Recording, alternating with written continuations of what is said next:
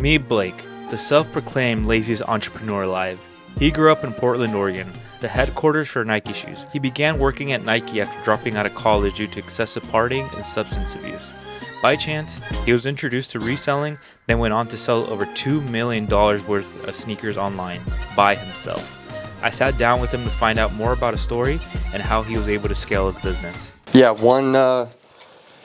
1.57 mil on StockX. What's up, guys? We're here with another episode. We're in Carlton, Portland. I flew all the way from California here to Oregon to meet my man. I'll let him introduce himself, but I met this guy a couple of months ago. He started not knowing anything and eventually turned that into over $2 million of shoes sold online. Thank you for having me. First of all, my name is Blake D'Ambrosio. I'm 23 years old from Portland, Oregon. My story is a bit unique. I've always known I had a lot of potential growing up, never capitalized on anything, kind of would go through the motions, see how little of work I could do to just get by. Never really had too much of an entrepreneurial side throughout school. Sports was all I cared about. Wasn't willing to go all in with sports, never took that too serious. So first and foremost, obviously now you've been very successful in the sneaker game, but I want to take it way back. Tell me a little bit about yourself and really how did you end up in sneakers? Why sneakers?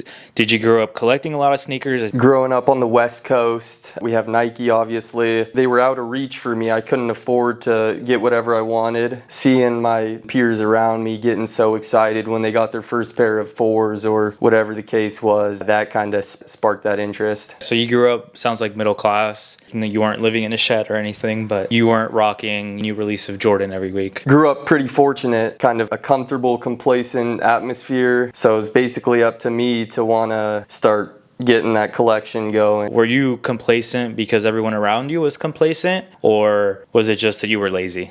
I was complacent because growing up, I was naturally talented. I was good at everything, not great. So I didn't have to work at all with sports, with school, with girls, whatever. Didn't have to put in much effort to get the result I wanted. 8th grade, high school approaches, I start to play on better teams with the best athletes in the area and realized you can't just go off natural talent. There's hours of work that needs to be done every day, and I just wasn't willing to go all in with sports, with school, with anything up until about 18 years old. And how old are you now? I'm 23. Why do you think you never wanted to take the leap? I know you were comfortable, but even at that point, you're self-aware that if I want to take the next level in sports, I have to work harder, I have to do more stuff.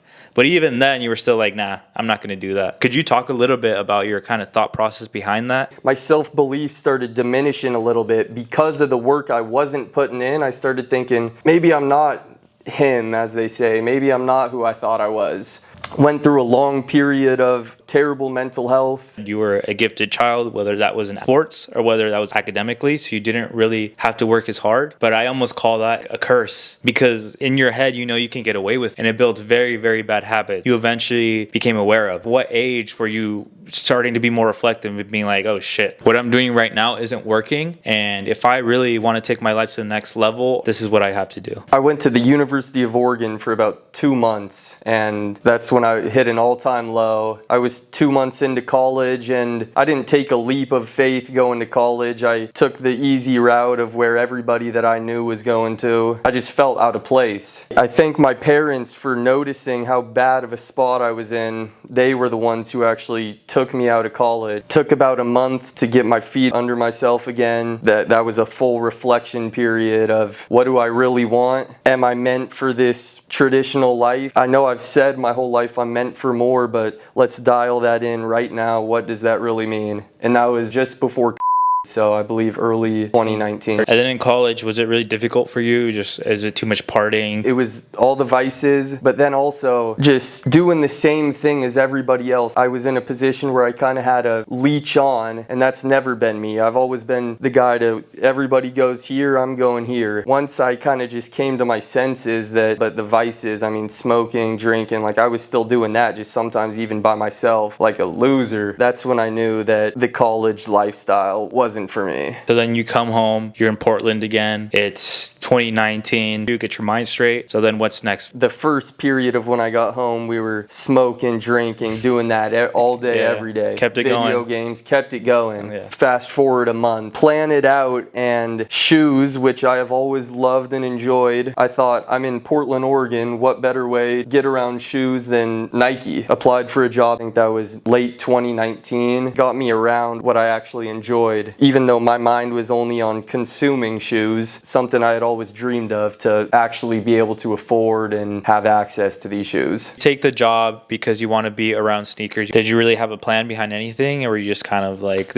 I'm just going to do this? No. I mean, my first 6 months there, I was buying every shoe for myself. So I thought I was living like a king because my collection went from 5 pairs to 50 in the matter of 3 months. And then the next 3 months probably doubled that. So you had about 300 shoes in your closet? About 300 shoes in 6 months. And you never thought, maybe I should sell some of this? Because I didn't know. I sold shoes growing up, but it would be giving them to my friend for $5 so I could go get a piece of candy, or so I wouldn't have to sit in the back seat. My eyes got opened when the Jordan 1 Mocha release was the first release that I was hearing talks of. These are actually worth a good amount, and I didn't even know what that meant. Like, I knew retail was 180, but resale market I knew nothing about. And the Jordan 1 Mocha, I think I got like 5 pairs for myself. I was like, I might as well buy them, just hold on to them. Yeah. And so how were you buying them? Were you just getting access to releases through being an employee, or was there some other way that you were able to get shoes? Bots were big at the time, and I would get 1 pair from Nike and the rest would be online. So Champs, Foot Locker, Nike sneakers. I knew all those things existed just by the talks of people and the hype around the Mocha ones. I knew I should have some. So it was mostly online raffles. But you were using bots? I wasn't using bots. I knew nothing about them. You were working at Nike. You had 300 shoes in your closet for no reason. And you heard people talking about, oh, Mochas are coming out. They're going to resell for, I don't know, $500. So it started clicking in your head a little bit. Maybe I could make some money here. Maybe I should get some and then flip them. But when I thought about flipping them, I didn't even know about StockX. So I didn't know what market was. I remember posting them on OfferUp. A dude hit me up immediately telling me he wants to buy all of them. Looking back on it, I got fleeced. I probably sold them each for like $200. What'd you pay for them retail? About $180. So you made $100 total. How much were they going at the time? About $500.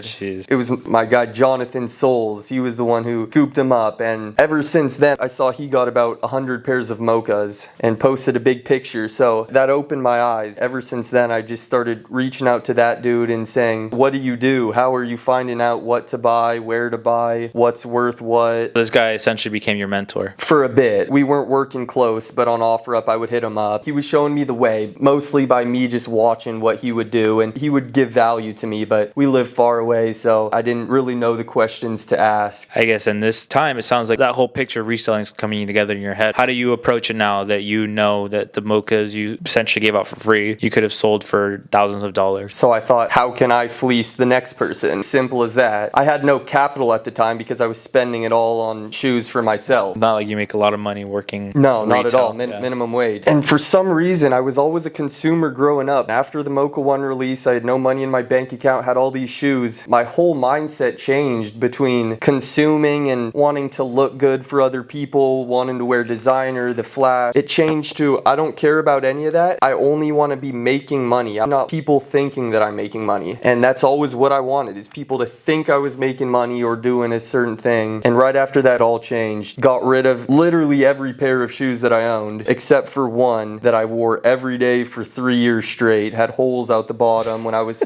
making a good amount of money, still wearing them. Everybody would make fun of me for it, and you know, they were my homies, but dude, it's time to upgrade your car. It's time to take those shoes off. It's time for a haircut or whatever. And yes, while all that's going to be important down the line, I think every man should go through a period where they don't care too much and your sole focus is on work, building yourself. You start selling your shoes, and so you know market now. You're not just selling them for $50. Yeah. You're checking what StockX, or what app are you checking as a reference? I was checking StockX, and here's where I went wrong and left a lot on the table, is I only knew about sell now. So I knew about the bid that somebody had in place, and I knew you could take that bid and get your money after you ship it and it gets authenticated, of course. But I didn't know about placing an ask where you match the lowest offer and you sit on it and wait for it to sell. So for the first probably 500 shoes I sold, Oh shit. which sometimes those are $100 differences between bid and ask, started just sniping the bids and I was getting money in my pocket. But yeah, looking back on it, left a lot on the table. Learning lessons. People just think about business that it's so linear and everything just clicks and it makes sense, but some learning lessons are more expensive. And every entrepreneur I've ever spoken to, well, I didn't know at the time, unless someone's holding your hand and telling you do this, do that. You didn't have a mentor. It sounds like you were just learning everything yourself. Trial and error until I remember going to Hawaii with this woman. She was a bit older, took me to Hawaii first class. Girlfriend? Not Something? girlfriend, just, a little Friend-ish. a little link up, we could call it.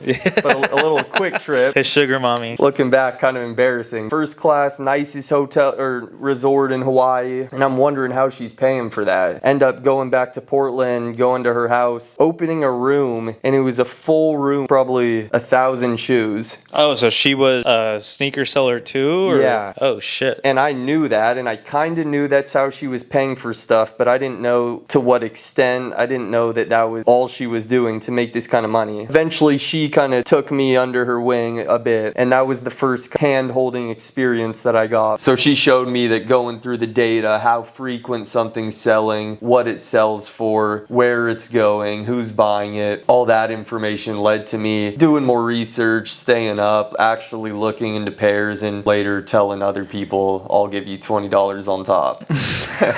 It was the first time I had ever set a clear goal and had a clear ambition for something that I'm committed to. I said, I want to fill a room just like this. 2 months later, I had done that. Why were you so motivated by that? Is it the sort of lifestyle that she was living? It was the lifestyle. It was the house that she had, all funded by sneakers. It was the trips that she was going on. And taking you on. And taking me on. I got to experience it firsthand. Looking back on it, it was like 18, 19, and she was a bit older and already settled, kid and all that. So this woman who was kind of your half mentor, half special friend of sorts. Yeah. So you said she was fleecing you? She would tell me to go buy this, buy this. Oh, so you were her mule, basically. Yeah, and I was fine with it because I knew that I was going to get paid. But she told me that she'll give me $20 on top of each shoe. When I first started reselling, automatic money, I didn't have to take any risks. I knew the profit was coming. And you were lazy, so it was easy. All I have to do is go to the store. Yeah, go to the store. I didn't even have to do any research. I was told what to buy. A couple months later, I found out that $20 profit, I probably could have made 100 each shoe. So she was giving you a little cut and then turning around, obviously, then flipping And then at her. she was making the big dollars. Okay, what did she sell on? Was she on StockX? She was on StockX. She shows you the ropes a little bit. So then at that point, do you start scaling? At that point, I'm ready to start scaling, have probably $8,000 to my name. Of just from reselling? Just from reselling. And while working at Nike, I'm looking around at everybody else talk about the Mocha release. Everybody else is getting their Mochas. They're sending them somewhere. They're selling them somewhere. I thought, if they're selling them somewhere, why don't I just become that guy? They eliminate the risk of the StockX order getting sent back, it getting lost in transit, no shipping, no fees. Why don't I become their StockX? So I had a couple clients who every day they would get shoes, text me what they had in their inventory, and I would meet up with them. This is all local? All local. I remind everyone, we're in Portland, so Nike headquarters isn't that far away from here. So I feel like in this area, everyone here probably knows someone, works for Nike, has a Nike connection of some sort. You're in the area, you're realizing this. You start meeting these people. How are you meeting these people? Once I started cashing out a couple people and they realized it was good business, they would just refer people to me. It's all word of mouth. All word of mouth. A couple employees who I knew from before, Facebook, OfferUp. At this point, I was just ready to go all in. I was driving basically all day, every day around the city, picking up whatever I could, then going to UPS, then picking more up. I think people just saw the hustle and I was taking risks. I would take something that StockX wouldn't take or that the other person they asked to buy wouldn't take. I was willing to take it just to get my foot in the door door, get my name out there. What year are we in now where you start to scale your business? Early 2021, market's booming. Every shoe's going for double of retail. Point, I'm trying every model I could. I'm trying to hit retail. I start getting into consignment. I'm bulk buying and cashing people out wherever I could. Everybody was making money at the time. Yep. You could hit for retail, and that's a automatic quick flip. There was so much money because everyone's getting their stimulus checks. The economy was booming for no reason. So everyone was spending a lot of money. You were able to take advantage of that. You were flipping sneakers literally sounds like all day, 24/7. Is there a specific reason why you chose StockX over any other app? I think at the start it was kind of because I was still in the same mindset to where as little effort as I could do to make the money to get me by, I was willing to do. So StockX was simple. List a shoe, it sells, you drop it off at UPS. So you're still taking the easy way out, even as you start making money. Yeah. I guess if anything, your bad habits are being reinforced because you're being lazy and you're being rewarded from it, as you've been your entire life. When do you start getting more into changing your mindset? And I think that's what makes you different. Is that there's a lot of people that resell sneakers. There's not a lot of people who resell sneakers that have this mindset of more an entrepreneur versus a sneaker reseller. That was exactly the difference. I had to stop considering myself as a reseller and consider myself as an entrepreneur.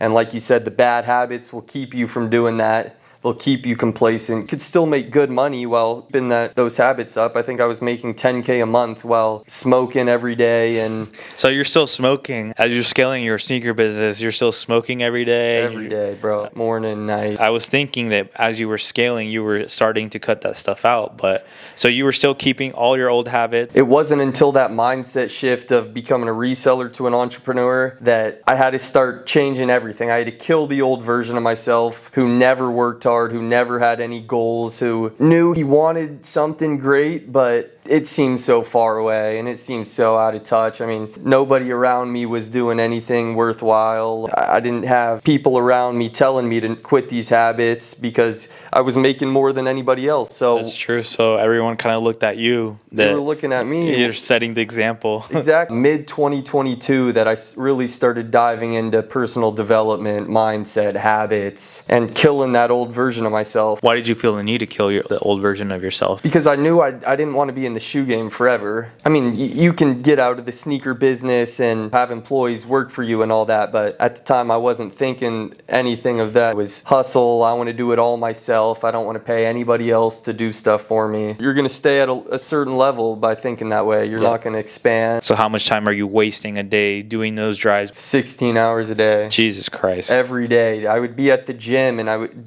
just my hour-long session at the gym, I would have 4 cars pull up. I didn't want to waste time at the gym, so I would just unlock my car, have them throw the shoes in there. That opened my eyes to working hard doesn't necessarily mean you're going to make a lot of money. Once I realized that kind of working smart had a lot to do with it, that's when personal development, I knew I needed to level up. I knew I wasn't at the thought process and the drive of the guys around. So there was no specific reason why you decided to take your life serious. It's just one day you're like, I'm going to start trying this. I would call a mentor of mine, Tyrus Divine Hosley, shout out to you. He started working at Nike, and I met this man who was different than 99% of the people in Oregon, and he was a couple years older than me, but he was just on a different level with networking, with how he thinks, how he talks, how he acts. And so I started kind of leeching onto this guy and knew that I had some catching up to do. Saw his circle, saw the way he carries himself, and that was a big switch. He was the man worth making the money. Started hearing about that, where you're not going to get what you want until you become the man worth having it. Knew that I was so far away from that high achiever lifestyle, growth mindset. I had nothing to do about that. I thought I was just Blake D'Ambrosio. I'm from Portland, Oregon, and I didn't understand that you could change whatever you want to change. I love that you mentioned that you can change regardless of where you are in life, your circumstances. You can always change it. Number one thing you can change is your mindset. The only thing you can change is your mind. So what habit were you picking up and what were you getting rid of? stuff? First, I had to get rid of everything. Scrolling, DMing girls, drinking, smoking, Netflix, going out. I had to audit my life and get rid of basically everything. And then the rest of the day, implementing 5 hours of deep work, and the rest was reading. I've always been going to the gym, but had to change that whole approach, not just go through the motions, meditating, and then just reaching out to people. And I understood that the people you're around will dictate who you become. That was the big part, is stop hanging out with the old friends that you just grew up in the same area as, and get yourself around the people you want to be like. Is your business growing at this time, or is it staying about the same? My business was staying about the same. I hit about the 10K profit mark for about a year. My time in the business went from 16 hours a day to about 5 hours a day. So I didn't expect it to scale, but I knew that I was getting better and still making the same amount of money with less time. I had a partner who would help me when I couldn't. Then how did you find your partner? Sounds like you found the right partner for yourself and your business. I had worked with him previously, and he was already reselling shoes, but didn't really have the same drive as I did to really be running around here and there. So I said, I'll do that part, and I want you shipping, and when I can't ship, I want you running around. And he was willing to do it. He saw me putting in the work, so that elevated his work ethic. You're only reselling Nike. While you're hitting the 10K mark, do you quit your job at Nike? I'm still working at Nike. Got to move a little smart. And why is that? They're not the fondest of reselling. You'll talk to people who work at a Nike outlet, a Nike store, Nike campus. They're all doing the same thing. And in Portland, it was a hot spot for it, so there was never a lack of pairs on the market. Kept working in that job until I scaled it to a certain point, which maybe they weren't too happy about. How did they find out? Just from buying from all these other people. People talk. People talk, yeah. It would be, we sold to Blake. 20 people on Nike campus working high up saying, we know this guy because we sell our shoes there. But how did they know about you? Those same people were selling their shoes to you? Yeah. That's kind of crazy to me. There's been recent stories about that one kid that was the son of some exec. Herbert, Joe. Yeah, they got busted and she like stepped down. But I didn't know execs were actively selling pairs. I just thought it was something gave them to their family, sold a pair here and there, not selling their whole shipment to Blake. I mean, everybody's story is different. Not everybody. Not everyone. But. Not everybody's involved in this. But I was making more than my managers within the first month of going all in. And high up execs, their salary is pretty good. Yeah, but 6 figures. Yeah, it's upper 6 figures, but you can add on to that by doing what you need to do. Nobody's going to openly say that they do that. Yeah. But it goes on. Oh, yeah. Okay, sneaker industry exposed. Did you ever hop into any other shoes? Start of 2022, I was buying anything that I could get my hands on. Dude, even I was buying some Louis bags, some watches, expanded into Adidas employee store, which is downtown Portland. Started expanding to Instagram, and people would ship me stuff, OfferUp, Discord. I just wanted volume. A lot of them were big risks, stuff that other people wouldn't buy. Expand into random stuff, bro. Sriracha sauce, vitamins. It all kind of depends on what's trending. Staying aware of trends, were you just finding that out through social media? Doing my scrolls. But also, I mean, all the people around me were all resellers and all resellers, but I got a lot of the knowledge just from seeing what new shoes somebody else that I was around would wear. You knew what people to look at, then you could kind of see where the trends were going there. So in early 22, I know you're saying it was insane. What's the best flip you ever had? I would say from a low buy-in perspective, I bought one for $90, sold it $1,100. That's insane.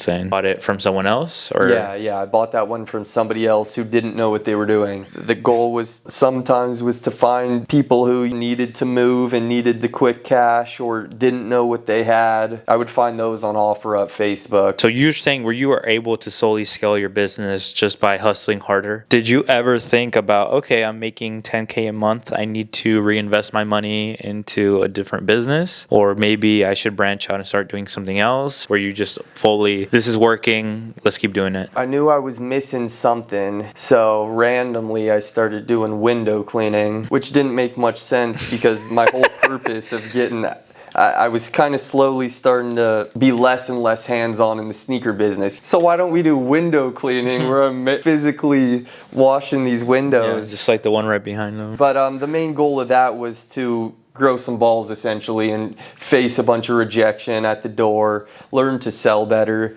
Oh, so you were doing door to door with I was that? doing door to door. It's what I wanted for that sole reason of I didn't have much rejection up in my life until that point. So you wanted to get uncomfortable. Get uncomfortable. And I think door to door sales is a very easy way to do that. Yeah, well, the first like 3 days I walked the whole neighborhood without knocking a door because it was just all in my head. Worst case scenario. Okay, I would say the fear of rejection, but you were taking it to the extreme. Oh yeah, extreme. And I was always scared of something growing up. Another thing, I started investing into real mentorships, real courses. When I first started getting into shoes, I would invest 30 per month Discord or whatever. It's funny because Rylan said the same thing. I heard him say that. I just wanted to surround myself with entrepreneurs, not resellers. Every event I would go to, I'd be the only reseller, and that's what I wanted. I would feel a little out of place, but the first event was Wade Houston and Colin Yurkison's mastermind in 2023. Probably spent $5K for a 2-day trip. At the time, that was probably one of the bigger investments into personal development I've made. Just opened my eyes to what's possible. You're in Miami, seeing everything, being exposed to all the luxury cars, the Rolexes. How does that expand your horizons? Because we've talked about how living here in Portland and in this area has kind of limited beliefs sometimes. It taught me that if you know you can make the money, you know that you're the man capable of doing what he says, it's okay to buy these flashy, fancy toys, the penthouse, the Rolls Royce. It's okay to buy those things if you believe in yourself and know you're gonna make double that the next month. When you're broke, you have that scarcity mindset. So you feel like you can't spend it or waste it because you might not get it back. Exactly, and through some losses and some stressful times, I realized that when your bank account's dry, when you need to pay somebody this, your back's against the wall and you find out what you're made of. And I wasn't too familiar with the crypto market before that. Expanded my horizons, being around dudes my age. I think I was doing well. These dudes are making, what, 4 mil a month? There's levels to this game, and I'll pay whatever I need to in order to get the secrets and find out how they're living. So I know the reselling game and sneakers are full of scammers. So what did you deal with? The biggest thing you got to look out for is probably fake shoes. And if you're buying through Instagram or whatever, make sure you trust the person. Look at their referrals. Look at the people they've done business with. You're going to need a blue light, and you're going to want to do your research on telling fakes from reals. These days, fake shoes are getting better and better, and most people don't have that North Star of what they should be doing, and they'll do anything for a little bit of profit. Even as being as experienced as you are, you've still essentially been scammed. Recently. Yeah. Recently. After 4 years. 4 years. No one's safe. But the more you research it, the less likely it is to happen. Yeah, you want to limit your chances. You said in the past you've lost like $70,000 in holding sneakers. So how much have you been scammed for? About 30K. 15 was one day on about 150 fake spyder hoodies. You guys will see on camera. Let's get a little bit closer. You guys have probably seen these. Very popular right now. What's resell? Resells around 300. Looks pretty good, right? All right, but tell us a little bit about your hoodie story. So these were probably some of my biggest come-ups. I bought around 200 units and was selling them all for about 100 profit each. And so it went great, right? I thought, all right, let's double down, order as many as we can of these. They've been the best sellers so far that I'd worked with clothing for sure. This is 2023, about a year ago today. So I buy 100 units and I sell them all to StockX for about same thing, 100 profit each. I start counting my profits. I'm thinking now we might be able to go spend some money. They all get delivered to StockX. I get one big email from the owner of StockX and he's telling me that they're all fake. The color was off. You look at them and you can't tell anything. They look good to me. I bought them from the same supplier as I had bought all the Success stock, and the only difference was they had been shipped to a different warehouse. So do you think that they were all fake to begin with and StockX just authenticating because they've had that reputation of being very inconsistent? Or do you think they just denied you? A lot of people call these one of ones. So they look good. There's the QR code that the original spyder will come with. that you could scan and it'll authenticate. Think the whole time that maybe they were fake. And there's clothing, essentials, spyder. There's going to be a ton of fakes around the market. Maybe just the first couple batches I sent in were to an authenticator who let it slide, I guess. But don't count your profits before it hits your pocket. So what was your double down? How much did you buy when you bought the bigger batch of hoodies? That was the $15,000 loss. 15,000. And now you have how many of those? I probably still have basically all 100 sitting in the closet. Okay, well, if you guys want... yeah, hit me up. Everybody will tell me to just sell them as they are. Nobody's going to know, but I'm not going to do that. So if you want spyder hoodies for cheap, hit me up. The first time I got scammed, just to bring this up shortly, I was trying to do everything to get the money back. I was hitting up the person who he got it from. I was diving really deep into getting my $300 or whatever chump change it was. If I take a $15,000 loss, I was less upset about that than I was about the $300 because my mind had developed so much to the point where I knew this happens for a reason. It was all my fault. Don't blame anybody else. As you level up in business, level up in personal development, understand that losing a bit of money isn't the end of the world. It's going to happen, but there's ways to prevent it. And it sounds like it never deterred you from continuing in business, but also reselling. No, it's part of life. So social media for sneaker reselling is huge because I think people see sneakers online or in pictures and they're like, wow, those are cool. I want those. With that, were you using social media at all for your business? I would say about 6 months into going all in, I created an Instagram, Souls of Tridents. I never utilized it as much as I maybe could have, but brand new pairs I would post on the story. Sometimes one would sell, sometimes all 50 or whatever I posted would sell. So when you'd get a lot. I would get a lot and immediately throw that on the story while listing it on StockX as well. Oh, so you're double dipping. Double dipping. And if it sold on stock, I would take that, delete the Instagram. Met some buyers on the East Coast, down in Florida, down in Texas, and they had capital like I hadn't seen before. They would offer on everything. I said, okay, if they're going to take a bulk batch like this, I'll take a bit of a less margin to just get it out the door. Get it out the door, keep it moving. So were you shipping it out there then? Were you driving it? Or? I was shipping. Okay. I mean, people would ask me to drive it, but it wasn't worth my time. Yeah, because you live in Portland. That's across the country. Even an hour drive, I usually wouldn't take that. I would rather, in my opinion, just sell it on StockX, ship it out all in one big batch. So you have to move with speed in the sneaker game. And why is that? Well, if you're in Portland with the employee store, one shoe could have 100 items at the store, right? 10 people get the same size. They all go and list them on StockX. You have to undercut in order to... so you're all fighting against each other. You're fighting against each other. The market could go from $200 to $100 in the snap of the fingers. On OfferUp, on Facebook. You need to move with speed because there's other buyers. I'm not the only guy, obviously. There's people I'm fighting against. So I'll offer, I'll get them to agree as soon as possible, and I'll send them my location, and I want to meet ASAP. Make sure that they're coming to me, not anybody else, and keep it pushing. So that's the reason why you were working those 16-hour days, is that you were on these apps probably scrolling, or eventually you had people that were reaching out to you and you're like, bring the shoes to me now.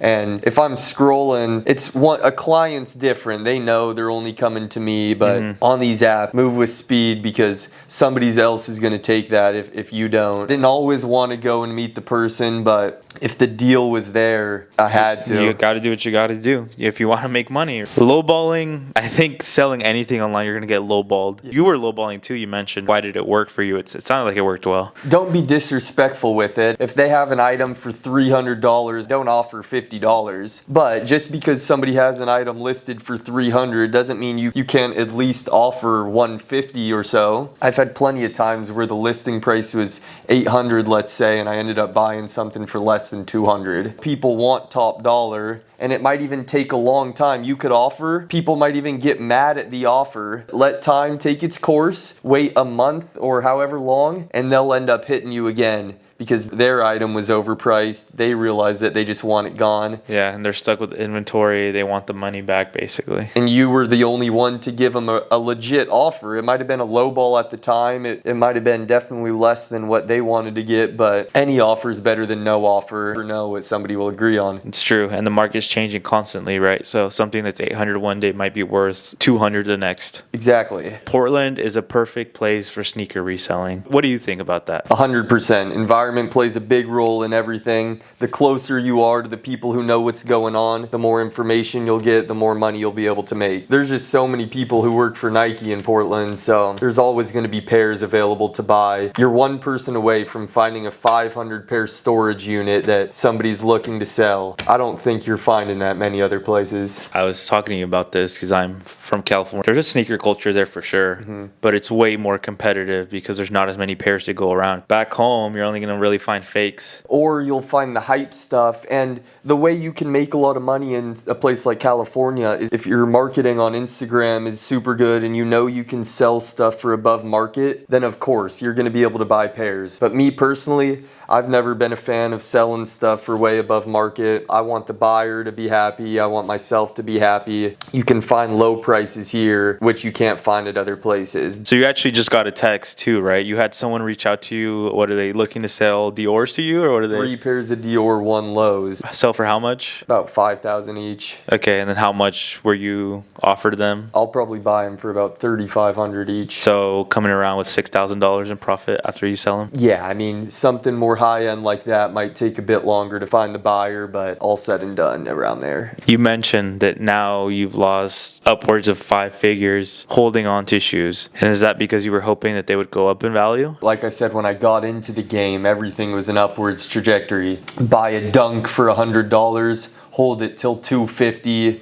sell them. Buy a Jordan 4 for $250, sell it for $400. Big bulk, so you would buy 100 pairs of one shoe, and that was the play. Those numbers, the 100 to 250, were kind of set in stone. So that was working for 2020 till probably the end of 2021. The problem was I was a little late to the party. So I started doing these big bulk buys around 2021, midway through, buying them at that same buy-in price, $250 for 4s, $250 for 1 highs. Instead of that upward slope, they stayed the same for a long time until 2023 tanked. At that time that the market's tanking, how many shoes do you have? Probably about 500 that I'm holding. That you've all lost, and you lost money on all of them? All of them. And dug myself into a deeper hole because I just kept holding on to them, kept saying, nah, it's just market correcting itself, it'll go back up. The problem is when it's a trend involved like the Nike Dunk was, that only is going to last for so long. So how much did that total loss end up being? It was around 70,000. And then now you're not stopping with your reselling, but you're more taking a step back. Yeah. Especially since you're about to move. Utilizing social media now, like kind of stuff are you posting on your personal? Going more the mindset, the habit route. I mean, reselling, I don't market it, but I have a couple clients who pay me to coach them one-on-one. I'll hold their hand and take them through how I made money and how they can make money in today's day and age of reselling. Do you have that open for people, or you just kind of do that for fun? I have it open. I'll take limited customers, but if you want to work one-on-one with me, I have an opening. When we met in person, you're like, oh, I resell shoes. I'm like, okay, cool. There's a big difference between I resell shoes and I've sold $2 million, but it seems like you take more of a calm, humble approach towards it. Towards the reselling business, yes. The mindset, however, I'm going to tell you what you need to hear. If you're slacking, I'm going to tell you it. You're not going to like it in the moment, but I'm going to be the guy that you need. And my target audience is young men who are looking for help but are willing to put in the work. Everybody looks for help. You can give them all the information they need and they won't do a single thing. I don't want to work with any of those people. I want to work with people who are ready to change their life and will do exactly what I say, willing to bet on themselves, willing to take a chance, get information from somebody else who has done what they're trying to do, and that's more the approach. Take action. Take action is what it comes down to. And if you're not taking action, I'm going to tell you that. And if you're all sorry, then I don't want to work with you. Simple as that. At the same time, I think people are like, oh man, this guy is going to be mad that I'm not doing stuff. You should be mad at yourself. You're disappointing yourself more than you're disappointing Blake or anyone else. You got to have that discipline to think, okay, I might not want to go to the gym right now, but I know it's really good for my health and it's going to get my mind right and get me ready to work or do whatever else I need to do. Not, I need to go to the gym or else Blake is going to get mad at me. Exactly, because you won't be consistent if that's your mindset. Yep. You'll find any excuse to fall off. 0.1% of people are thinking this way, right? So when you hear somebody say, don't care about your feelings, don't care about your emotions, not everybody's gonna like that. But my target audience isn't everybody. My target audience is young men who are willing to change their life and do whatever it takes. So a 60-year-old who's already successful might see me and say, this guy's a clown, why is he saying that? You're not my target audience. So talking about the algo, we were having a conversation there, it's pretty funny when we were at the gym about, so we both know Luke Belmar, obviously a very famous person in the entrepreneurship space. He has an old strategy that he said that he used when he was scaling his e-commerce stores and drop shipping brands on Facebook ads. He would go onto like fake Facebook profiles, go onto his ads, and then start talking shit or dropping stupid comments to like get people riled up, essentially drop the cost of his ad. I do the same, but just on Instagram. I'll go onto a burner account and whatever the post is, I'll find the conflict in it and I'll just harp on the conflict. So if I'm saying emotions and feelings don't matter, or you need to go all in as a young man, I'll go on another account and comment, going all in's dangerous. You're gonna burn out, whatever it is. I'll say the opposite. What that does is it welcomes people to bring the hate as well, which I enjoy. I couldn't care less about any comments. So I just invite those with fake account. And it also helps drive engagement on your video. I call this guy the Explore Page Demon because every time I look at anything he posts, and he posts like daily, sometimes 2 times a day, there's always random people just in your comments talking shit or saying something. Because dude, my target audience, like I said, is the 0.1%. So I already know that 99% of people are going to disagree with what I'm saying, are going to hate me for it in the moment, and I'm okay with that. There's more to life that I want to explore. Okay, perfect. And more to life to explore as in moving to another country? Medellin. Actually with somebody from the event that we met at. Going out to Medellin, dive into a new culture, see where it takes me. I have my plan. I have what I think I'm going to do. I have goals, of course, but whatever happens, happens. I'm willing to do whatever to level up. The new things that you're exposed to will help you level up in ways that you might not understand right now. Maybe I'll find a business model I didn't know existed and run with that. What advice do you have for that person who might be struggling on that journey, trying to get to that next level? If you have a vision, if you have a dream that keeps popping up in your head every day, you think this is what I want to do. If you're so certain about something, you're going to have people trying to tell you that that's lame. People will make fun of you for it, keep you back down to where they are. But if you're feeling something in your heart every day, that's what you have to run with. Run with your passion.